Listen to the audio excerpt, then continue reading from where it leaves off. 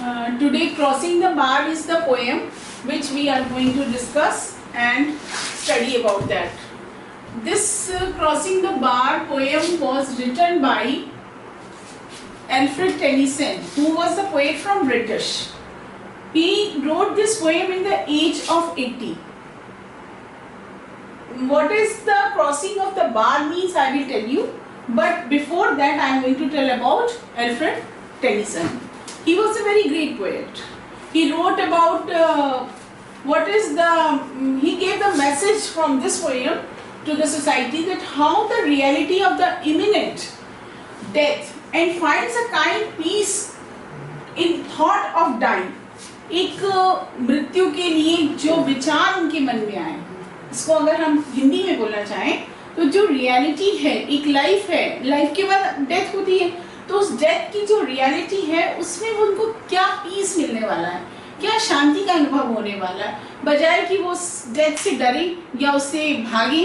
तो उसके अंदर उनके ये मैसेज दिया उन्होंने इस पोएम में। उन्होंने जब वो 80 इयर्स के हुए, बीमार हो गए, बहुत सफरिंग उनकी साथ होती रही, बहुत उन्होंने अपने आप को सफ़र किया, तो उसके बाद में जब वो थोड़े ठीक हुए तो आफ्टर 3 इयर्स वो ठीक हो गए। मगर उससे पहले उन्होंने एक पोएम लिखी थी जो कि उनकी लास्ट पोएम थी। उन्होंने ये रिक्वेस्ट किया था कि ये मेरी फाइनल पोएम है, इसको तभी पब्लिश किया जाए, ये मेरी लास्ट पोएम होगी, बाकी जो मैं लिखूंगा उसको पब्लिश ना करें, जो मेन है ये मेरी लास्ट पोएम होगी जो पब्लिश होगी। तो वो क्रॉसिंग ऑफ द बार में वो कहना क्या चाहते हैं, व्हाट मैसेज मैंने आपको बताया कि रियलिटी ऑफ इमिनेंट डेथ, कि डेथ तो पक्का है, हर इंसान को आनी है, तो उसमें किस तरह की शांति का अनुभव उनको होगा, उसके बाद में वो ये बताते हैं। अच्छा, अब ये हम बार से मीनिंग क्या है, बार से बहुत से मीनिंग होते हैं मुझे पता है, लेकिन व्हाट इज द बार, यहाँ पे वो मैसेज में क्या कह रहे हैं कि देखिए ये एक सैंड, मतलब एक कलेक्शन ऑफ द सैंड हो जाता है।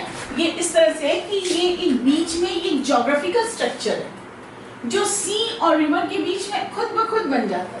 तो जब आप इसको इधर से इधर क्रॉस करोगे, मीन्स लाइफ से आप डेथ की तरफ जा रहे हो, तो आपको क्या फील आ रहा है, आपको क्या उसके अंदर महसूस होगा, मतलब आप एक वर्ल्ड से दूसरे नए वर्ल्ड में जाने वाले हो। तो इस पोएम के थ्रू उन्होंने यही एक्सप्लेन किया है। तो हम स्टार्ट करते हैं पोएम को। Sunset and evening star and one clear call for me and may there be no morning of the bar when I put out to sea. ठीक है, तो स्टार्टिंग में आप देख रहे हो क्या लिखा है, सनसेट, यहाँ लिखा है sunset, evening star. Evening star क्या होता है हम सब जानते हैं, ये वीनस को रिप्रेजेंट करता है, और सनसेट क्या होता है ये भी हम सब जानते हैं। तो इसका मीनिंग ये है सनसेट एंड इवनिंग स्टार, कि सनसेट, ये मीनिंग मैंने यहाँ पे आपको राइट डाउन कर दिया है, आप लोग अपने उसको जब समरी लिखनी हो या उसका एक्सप्लेनेशन आएगा तो आप यूज करेंगे, आप इसको पढ़िए और समझिए। Sunset when the ending of the day where day means the latest stage of the. अब यहाँ पे डे जो है, डे क्या कह रहा है, डे मतलब latest stage of the life, जब लाइफ का एक स्टेज आता है। जैसे पहले तो 25 करके 4 पार्ट्स में डिवाइड कर दिया गया था, जो हम लोग को हिस्ट्री में पढ़ाया जाता है कि इस तरह से लाइफ को 4 जगह डिवाइड किया था। जब लेटेस्ट एज स्टेज आती है तो पोएट की एज क्या थी उस समय, 80 ईयर्स के करीब, और उन्होंने जब ये एज आती है तो फील आने लगता है कि भैया अब तो हमने बहुत सारी एक्टिविटीज कर ली अपनी लाइफ में, तो अब एक एंडिंग स्टेज आ गई है। तो ये सनसेट रिप्रेजेंट कर रहा है एंडिंग ऑफ द लाइफ की स्टेज को। तो यहाँ पे एक सनसेट हो रहा है, अंधेरा सा हो रहा है, और इवनिंग स्टार शाइन कर रहा है, मतलब वीनस जो सबसे ब्राइट स्टार होता है वो दिखाई दे रहा है। When activities come to end, evening star is there with calmness. There is a call for me. अब उसको पोएट को ये फील आ रहा है टेनिसन जी को कि भाई अब मुझको एक कॉल आ रही है जो कि एक अननोन, एक लाउड कॉल है जो मेरी एक नई जर्नी को स्टार्ट करने के लिए आवाज़ दी जा रही है। उनको कहीं फील आ रहा है ये, क्योंकि वो बहुत बीमार हैं और वो फील कर रहे हैं कि भैया मेरा अंत समय आ रहा है, मुझे नई जर्नी के लिए अपने आप की तैयारी शुरू कर देनी चाहिए। तो there is a call for me a new journey for that world by crossing the bar. अब इस बार को मुझे क्रॉस करके नई दुनिया में जाना है। तो I hope that sand bar will not be disturbed when I go out to sea. देखो, आई होप दैट सैंड बार, ये जो सैंड बार है विल नॉट डिस्टर्ब, अगर मैं इधर जाता हूँ तो सैंड बार डिस्टर्ब नहीं होगा और बहुत ही शांति से मैं मूव कर जाऊंगा। उसका कहने का मतलब ये है। तो यहाँ पे ये कह रहे हैं कि मैं एक नई जर्नी के लिए तैयारी में हूँ, मुझे कॉल आया है, ऐसा फील हो रहा है कि मुझे कॉल है कि मुझे नई दुनिया में जाना है। जैसे हम किसी टैक्सी, बस या कुछ भी इस टाइप की होती कॉल आती ना कि भैया चलो अब नेक्स्ट स्टेशन पे चलना है, या कोई नया स्टेशन आने वाला होता है, हम उस पर चढ़ते हैं। तो सेम वैसी कॉल, चाहे आप शिप से इमेजिन कर लो, चाहे किसी भी व्हीकल से इमेजिन कर लो, जब आप जाने लगते हो तो एक कॉल आती है, लास्ट कॉल, कि बी रेडी, अब हम नई जर्नी स्टार्ट करने जा रहे हैं। सेम वही यहाँ पे वो कह रहे हैं कि अब नई जर्नी स्टार्ट करने की जो कॉल है वो मुझको आ रही है, तो मैं तैयार हूँ। तो but such a tide as moving seems asleep, too full for sound and foam, when that which drew from out the boundless deep turns again home. यहाँ पे पोइट क्या कह रहा है? कह रहे हैं कि he wants no mourning, मतलब कोई भी रोना या दुखी होना, मरमरिक साउंड ना हो मेरी जर्नी पे। जब मैं जर्नी के लिए निकलूँ तो कोई भी दुखी ना हो।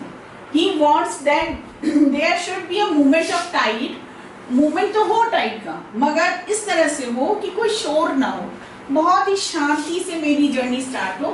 He wants that tides makes no sound of hitting waves, जो टाइड्स हो तो बहुत ही कामली उठे, बहुत ज़्यादा शोर नहीं होना चाहिए, हिट नहीं करना चाहिए कि उसमें एक फोम बन जाए, सी का जो फोम बनता है वो फोम भी ना बने, और बहुत शांति से टाइड बहुत ही स्मूथली ढंग से आए। एंड एज मूविंग सीज, अब ऐसे लगे कि टाइड सो रही है, और टाइड भी है पर बहुत ही शांत सी टाइड है। I want to carry it out on a tide so slowly, और मैं इस टाइड में बहुत ही धीमे से उस सी की तरफ, अब मेरी जो लाइफ का जो नया चैप्टर स्टार्ट होने वाला है वो बहुत ही स्लोली ढंग से जाना चाहिए, कोई शोर, कोई दुख, कोई रोना, ये सब ना हो, शांति से मुझे जाने दिया जाए और मैं बहुत ही और जा करके उस सी में मैं मिल जाऊं। तो that's I want when I return home, मैं अपने घर को जा रहा हूँ तो बहुत ही अननोन प्लेस है, ग्रेट अननोन प्लेस है, जहाँ की मैं उस जर्नी के लिए स्टार्टिंग पे हूँ। तो सभी से मेरा मतलब उनका ये मैसेज था कि जो मेरे अपने हैं वो उसको दुख ना बनाए, शोर ना करें, और बल्कि इसको बहुत ही शांति से मेरे को जाने दिया जाए इस सफर के लिए।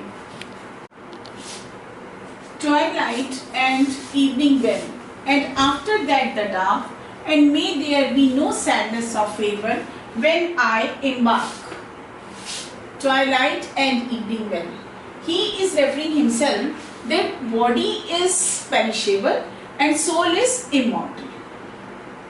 जो हमारी बॉडी है वो तो एक दिन खत्म हो जाएगी, उसके टुकड़े टुकड़े होंगे, वो मिट्टी में मिल जाएगी, वो खत्म हो जाएगा, लेकिन जो सोल है, जो हमारी आत्मा है, वो कभी नहीं मरती। तो soul is coming back to his home, वो अपने घर जा रही है, वापस अपने घर की तरफ रवाना हो रही है। So there is no sound after crossing war, तो कोई भी साउंड नहीं होना चाहिए, शांति से उसको अपने डेस्टिनेशन पे जाने देना चाहिए। तो ट्वाइलाइट का यहाँ पे मीनिंग है कि वो एक टाइम होता है जब सनसेट हो रहा होता है और डार्कनेस की तरफ बढ़ रहा होता है, उसके बीच का जो गैप होता है उसी को कहते हैं। तो उस समय जो है एक इवनिंग बेल जो है वो अनाउंस कर रही है कि अब दिन ढल गया है, लाइट खत्म होने वाली है, मीन्स कि अब आपकी जिंदगी का एक वो पड़ाव आने वाला है, वो स्टेज आने वाली है जब आप अपनी नई डेस्टिनेशन, नई दुनिया में जाने वाले हैं। तो यहाँ पे पोइट ये फील कर रहे हैं और ये सोच रहे हैं, अपने जो उनके थॉट्स हैं वो ये बता रहे हैं कि डार्कनेस तो एक सिंबॉलिक है डेथ का। डार्कनेस मीन्स ये जैसे आप एनवायरनमेंट में देखते हो कि भाई डार्कनेस आ रही है, तो उसी तरह से लाइफ में भी एक डेथ को उन्होंने रिप्रेजेंट किया है कि ये डार्कनेस है। तो when I start the journey no one should be sad, कोई भी सैड ना हो और मुझे फेवरल दे, हंसते हंसते मुझको दे। अब यहाँ पे ये एक तरह से ये भी कहना चाहते हैं कि जैसे हम ओशन में देखते हैं, पानी होता है, फिर वो गर्म होके फिर ऊपर वेपोरेशन होकर के ऊपर जाते हैं, बादल बनते हैं, it returns back to the ocean. तो जहाँ से उसकी शुरुआत होती है वो फिर तो हमारा जो नई जर्नी है वो वहाँ जाएगी और फिर वो यहाँ आएगी। तो वो इसी तरह के मैसेज दे रहे हैं कि हम वो नई डेस्टिनेशन की तरफ जा रहे हैं, जो कि उनका अपना घर है, तो उसको बहुत ही शांति से मुझे जाने दिया जाए और कोई भी दुखी ना हो। बार बार उनका इसी पर स्ट्रेस है कि कोई भी उनको दुखी मन से फेरबल ना दे, क्योंकि उन्होंने अपनी लाइफ को बहुत अच्छे से जिया है। 80 इयर्स का उन्होंने बहुत अच्छा लाइफ स्पैन जो है वो स्पेंड किया है, तो इसमें दुखी होने की क्या बात है, हर कोई मुझे खुशी से विदाई दे। तो ये उनका ये थॉट था। अब नेक्स्ट स्टैंजा में वो क्या कहना चाहते हैं, For thou from out our bond of time and place and flood me, bear me far. I hope to see my pilot face to face when I cross the bar. यहाँ पे क्या meaning है, Even I am going far, यहाँ तक कि मैं बहुत दूर जा रहा हूँ इस समय से, इस जगह से, और floating on the tide of the death, और डेथ की जो टाइड है उसके ऊपर से मैं एक बहुत दूर निकल जा रहा हूँ। I hope to meet my pilot, और मैं आशा करता हूँ कि मैं जब वहाँ जाऊँगा अपने नए डेस्टिनेशन पे, तो वहाँ मैं फेस टू फेस अपने पायलट से मिलूंगा। पायलट मीन्स जो मेरे जीवन की गाड़ी को चला रहा है, जो मेरा कंट्रोलर है, जिसके हाथों में मेरी दुनिया थी, जो वही मुझे टाइम और मेरा प्लेस को, जैसे कि यहाँ पैदा होना है, इतने टाइम आपको जीना है, ये इस टाइम पे आपको ये करना है, ये सब कौन कंट्रोल कर रहा है, वो गॉड कर रहा है। तो मैं उस कंट्रोलर से मिल सकूंगा वहाँ फेस टू फेस, और उसको जो है वो बहुत ही, कोई मुझे वहाँ पे कोई बाउंडेशन नहीं होगा टाइम का। वो ये सोचे कि मैं वहाँ जाऊँगा पोएट, तो वहाँ पे कोई टाइम का और उसका कोई बाउंडेशन नहीं होगा, जो कि हमारी अर्थ पे होता है कि हमें इतना टाइम पे ये करना है, या भगवान ने जो हमारे लिए चुना है हमें उसके कंट्रोल में अपनी लाइफ को स्पेंड करना है। No boundation of the time and the place. I hope to see my pilot face to face when I cross the bar. जब मैं इस बार को क्रॉस करके जाऊंगा तो मैं वहां पे एक नई दुनिया में जाऊंगा। He is preparing himself to leave this life. वो इस लाइफ को छोड़ करके, और वो विश्वास कर रहे हैं कि गॉड ही सब कुछ है, उसी में उसका फेथ है और वही ट्रुथ है।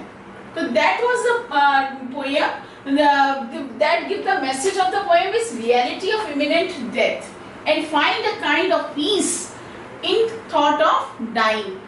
उसको डरना नहीं है और बहुत ही शांति से अपने जीवन को आगे ले जाना।